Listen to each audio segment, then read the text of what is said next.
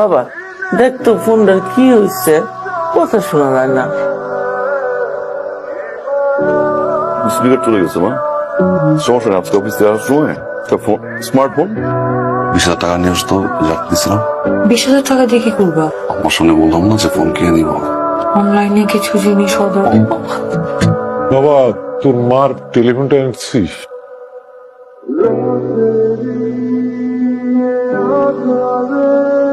বাবা, টেলিফোন আনার জন্য যে টাকাটা আমার কাছে ছিল ওটা আমি অনলাইনে খরচ করে ফেলছি, সেই জন্য এই মাসে টেলিফোনটা আনতে পারে নাই। নেক্সট মাসের বেতন থেকে কিনে দিবে বলছে। মা, আপনি ততদিন চাইলে আমার ফোনটা ইউজ করতে পারেন। সমস্যা নাই।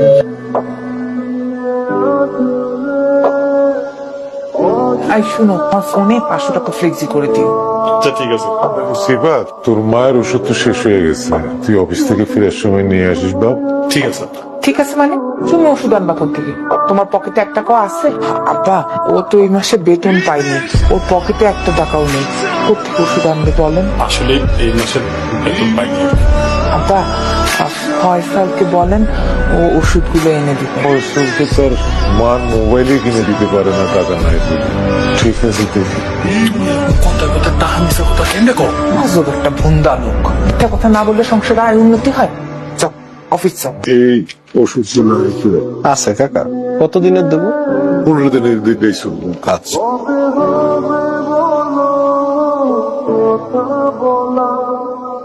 কাকা 2230 টাকা দাম হয়েছে। আমি ওই 2 দিন পরে এসে টাকাটা দিয়ে দেবো। কাকা আমাদের এখানে তো বাকি দেই না। আমি তো এই 4 নম্বর গুলিতেই থাকি, আমি নিজে এসে দিয়ে যাবো, কোনো অসুবিধা নাই। আপনার আমি চিনি কাকা, কিন্তু মালিকের খুব প্রেশার, আমাদের বাকি দেওয়া নিষেধ। দিন করে দিয়ে দেবো, তুমি চিন্তা করো। আচ্ছা ঠিক আছে। তুমি কে বাবা? আপনি আমাকে চিনবেন না, এটাই তো স্বাভাবিক। এই বাসার দিশা ম্যাডাম আছে না, উনি আমাদের ব্যাংকে 15,000 টাকা মাসিক ইপিএস করেছে। আম্মা নাকি ডাকে? দেন ডিবিএস এর টাকা দেন, ডিবিএস 15,000 টাকা দেন। তোমার সাথে আমার একটা কথা ছিল আর কি। এইভাবে ভাড়া বাসায় আর কতদিন? আমি ভাবছি আমরা একটা ফ্ল্যাট নিব। না মানে এখন না, টাকা পয়সা জমায় তারপর একটা ফ্ল্যাট। আমার খরচ, তোমার খরচ। আব্বা আম্মাও একটু খরচ। না মানে ফ্ল্যাটটা কিনলে তো আব্বা আম্মাও আমাদের সাথে থাকবে না। বড় ভাইরা ডিপিএস খুলছে 15,000 টাকা। সাথী, আমার শরীরটা খারাপ তো, কয়টা কাপড় ভিজেছে, একটু ধুয়ে দাও তো। ভাবি, আমার তো আসলে একটু হাতে ব্যথা। মিথ্যা কথা বলো কেন? এই তো তুমি মোবাইল টিপতেছিলা, মোবাইল টিপার সময় হাত ব্যথা করে না? না সাথী কি হয়েছে? কি হয়েছে বলো? কিচ্ছু হয় নাই। শোনো, আমি আর 1 মুহূর্ত এই বাড়িতে থাকবো না। এই মুহূর্তে তুমি আমাকে নিয়ে বের হয়ে যাবা। এই বাসায় থাকবো না মানে কি হয়েছে? আমরা আর এই বাসায় থাকবো না। 2 দিনের মেয়ে আসতে পারলো না, ও আমার মুখে মুখে তর্ক করে। এখান থেকে সরে গেলে আমাদের জন্য ভালো। এই একটা চান্স পাইছি, চলো আমরা বের হয়ে যাই। বাসায় কিছু হয়েছে? আব্বা, সংসারটা তো এখন অনেক বড় হয়েছে, ওদের মধ্যে মানুষজনও বাড়ছে। আমি তাই সিদ্ধান্ত নিয়েছি আমি আপনার বৌমারে নিয়ে আলাদা হতে চাই। কি বলতেছো তুমি এগুলো? তো মানুষ ঘরে কোথায়? আমরা যা থাকার তারাই তো আছি না। তোমার যে টাকা দিতে বলছো মাসে, তা তো আমি দিচ্ছি না। কিন্তু তার বাহিরে আম্মার যা লাগে, আম্মার কি আম্মা আব্বা তো দেই না, দেই না। তুই সকালে যাস, রাতে বাসায় ফির। তুই কি জানোস বউ যে আমার বউয়ের সাথে খারাপ ব্যবহার করছে? আমি ডিসিশন নিছি, আমার ডিসিশন ফাইনাল ডিসিশন। ভাইয়া কথা শোনো ভাই, ভাইয়া সাথী আর ভাবির ভিতরে আমরা ভাইয়া ঢুকতেছি।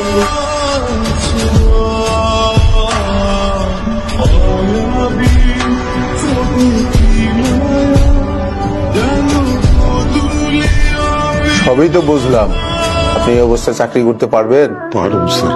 আপনার বয়স হয়েছে, এই শরীর নিয়ে সিকিউরিটি গার্ডের চাকরি 8 ঘন্টা দাঁড়ায় থাকতে হবে। প্রথম হয়তো একটু কষ্ট, এবং তারপরে অভ্যাস হয়ে যাবে। চাকরিটা আসলে আমার খুব দরকার। আপনার কি ছেলে মেয়ে নাই? আছে স্যার, আমার 2 ছেলে। আপনার ছেলে মেয়ে থাকলে আপনি চাকরি করতে আসবেন কেন? আসলে আমার ছেলেরা যে চাকরি করে তাতে ওদের সংসার চালাইতে তো কষ্ট হয়ে যায়। স্যার আপনি আমার চাকরিটা দেন, আমি যদি না পারি তারপর 2 দিন দেখে আপনি আমার বিদায় দিয়ে দেন। ঠিক আছে, তাহলে কালকে থেকে জয়েন করেন। কি রে, তোরা কই যাস? বুঝলে মানে আব্বা, চলে যেতেছি। তুই যাইস না বাবা। আপনি দেখেন না যে ওই বউ ওর সাথে কেমন ব্যবহার করে? এইভাবে কি এই বাসাতে থাকা যায় না? আমি এই বাসাতে থাকবো না আব্বা, আমি গেলাম।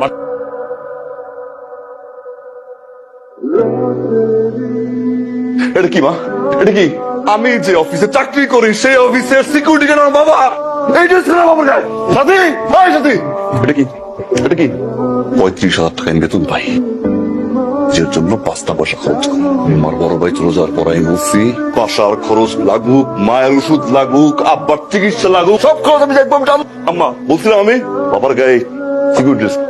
আমার বাবার গায়ে সিকিউরিটি ড্রেস কেন? আমার অফিসের গেটে আমার বাবা সিকিউরিটি গার্ডের ড্রেস পরে স্যালুট দেয়। ঘরের সব খরচের টাকা আমি তুলে নেই। এই ড্রেস খাবো, হয়তো মার টাকা লাগবে, তা না হলে বাবার টাকা লাগবে। তোর মতো মেয়ের কাছে বলতে পারো না। বেড়া, তুই উঠে যা। বেড়া, আজকে থেকে তোমার ছেলে একটা ছেলেই থাকবে। এই, বেড়া, বেড়া, বেড়া, বেড়া, বেড়া। আমি তোর বাপ, আমি এখনো মরি নাই। এই সংসারে যা কিছু হবে আমার সিদ্ধান্তই হবে। আমি অনেক বড় ভুল করে ফেলছি। আমি আপনার আর আমার অনেক অসম্মান করছি।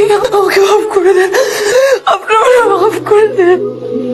আম্মা, আম্মা, আপনি আমার মাফ করে দেন। সন্তান ভুল করলে বাবা মার উচিত মাফ করে দেওয়া। আমাকে মাফ করে দাও, আমি বুঝি নাই।